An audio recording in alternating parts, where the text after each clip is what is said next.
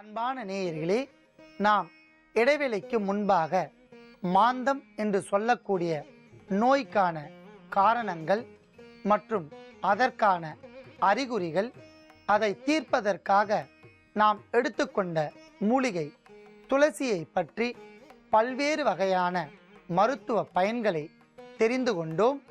இப்பொழுது நாம் எடுத்துக்கொண்ட மூலிகைகளின் அளவுகளை பார்க்கலாம். துளசி 10 கிராம், ஓமம் 10 கிராம், திப்பிலி 10 கிராம், சுக்கு 10 கிராம், இந்துப்பு 10 கிராம், நாட்டு பசுனை தேவையான அளவிற்கு, பெருங்காயம் 10 கிராம், சீரகம் 10 கிராம், மிளகு 10 கிராம். நாம் ஒவ்வொரு பொருளையும் தனித்தனியாக சமநெடை எடுத்து வைத்துள்ளோம். அதில் துளசியை தவிர்த்து மற்ற பொருட்களை பொன்னிறமாக வறுத்து எடுக்க வேண்டும். பெருங்காயத்தை மட்டும் நாட்டு பசுநெய்யில் பொரித்து எடுக்க வேண்டும். ஆகையால் தேவையான அளவிற்கு நாட்டு பசுநெய் விட்டு காய்ச்சவும்.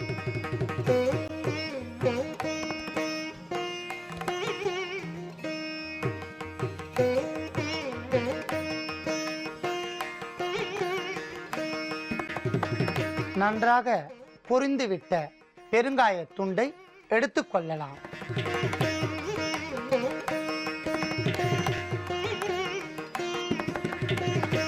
அடுத்ததாக ஓமம் 10 கிராம்,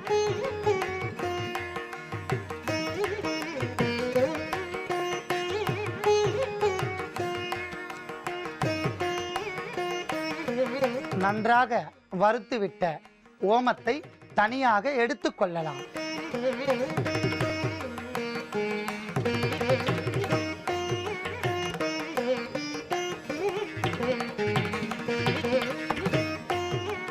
திப்பிலி 10 கிராம்,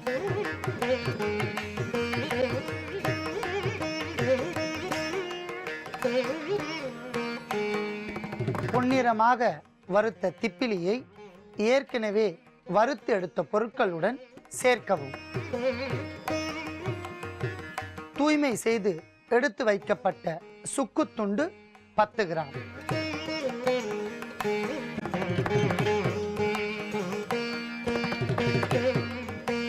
நன்றாக வறுத்த சுக்குத்துண்டையும் எடுத்துக்கொள்ளலாம். ஜீரகம் 10 கிராம்,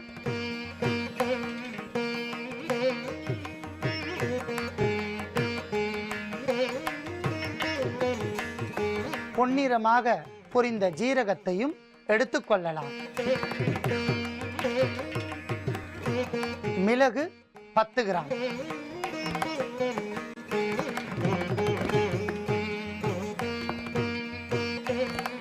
பொன்னிறமாக வறுத்த மிளகை மொத்த பொருட்களுடன் சேர்க்கவும். சிறியவர்களுக்கு ஏற்படுகின்ற தலைவலி, காய்ச்சல், ஜலதோஷம் இவற்றிற்கான ஒரு அற்புதமான மருத்துவத்தை பார்க்கலாம். அதற்காக இன்று நாம் எடுத்துக்கொண்ட அற்புதமான ஒரு மூலிகை சிற்றரத்தை.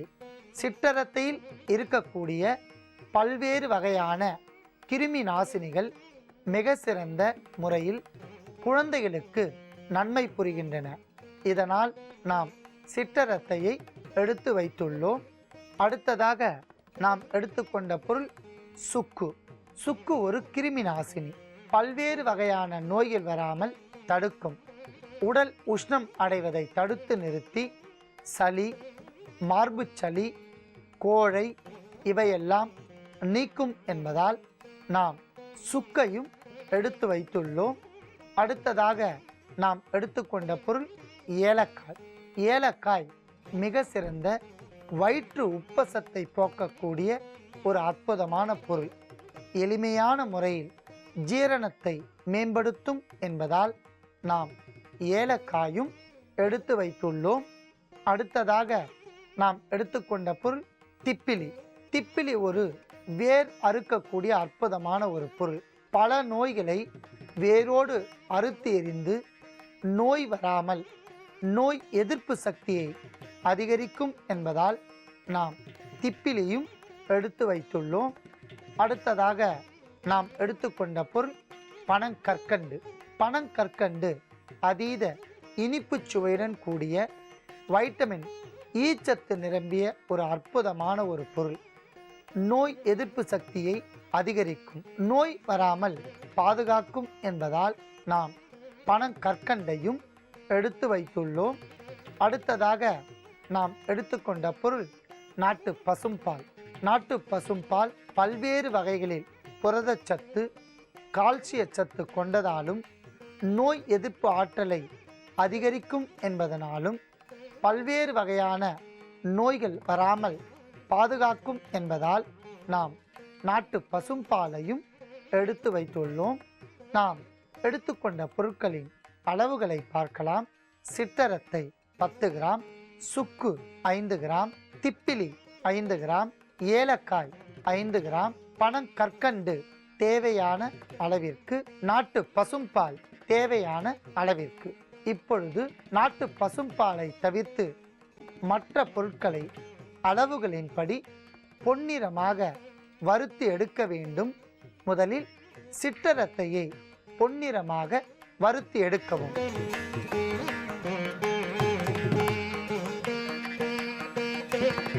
பொன்னிறமாக வறுத்த சிற்றரத்தையை எடுத்துக்கொள்ளலாம். அடுத்ததாக சுக்கு.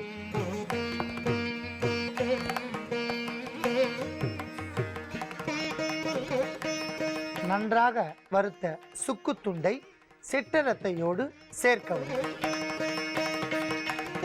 அடுத்ததாக ஏலக்காய்.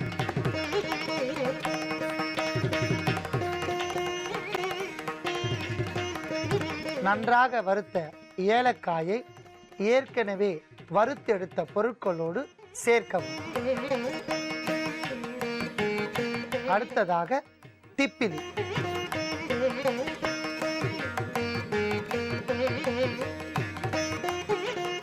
நன்றாக வறுத்த திப்பிலியை மற்ற வறுத்த பொருட்களுடன் சேர்க்கவும்.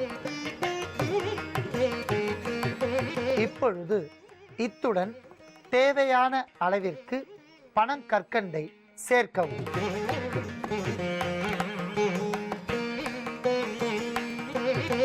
அத்தனை பொருட்களையும் ஒன்றாக சேர்த்து அரைத்து பொடியாக எடுத்துக்கொள்ளவும். இப்பொழுது இந்த பொடியை நாம் எவ்வாறு பயன்படுத்த வேண்டும் என்பதை பார்க்கலாம். முதலில் 100 மில்லி நீரை நாம் நன்றாக காய்ச்ச வேண்டும்.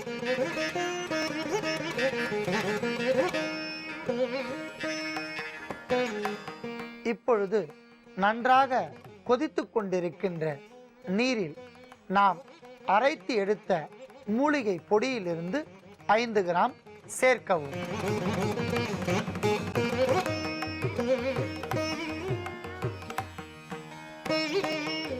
இத்துடன் நாட்டு பசும்பால் 5 தேக்கரண்டி.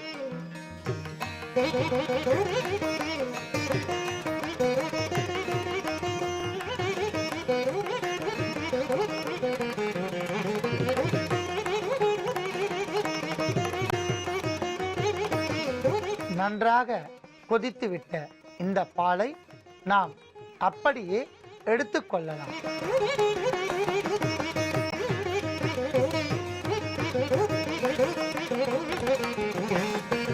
அற்புதமான சுவையும் அதீத மருத்துவ குணமும் நிரம்பிய இந்த பாலை சிறியவர்களுக்கு கடுமையான சளி, இருமல் மற்றும் ஜலதோஷம் என்கிற நோய் இருந்தால் நாள் ஒன்றிற்கு ஒருவேளை மட்டும் காலை அல்லது மாலை ஏதேனும் ஒருவேளை மட்டும் உணவு உண்ட பிறகு 50 மில்லி அளவிற்கு பருக கொடுத்து வந்தால்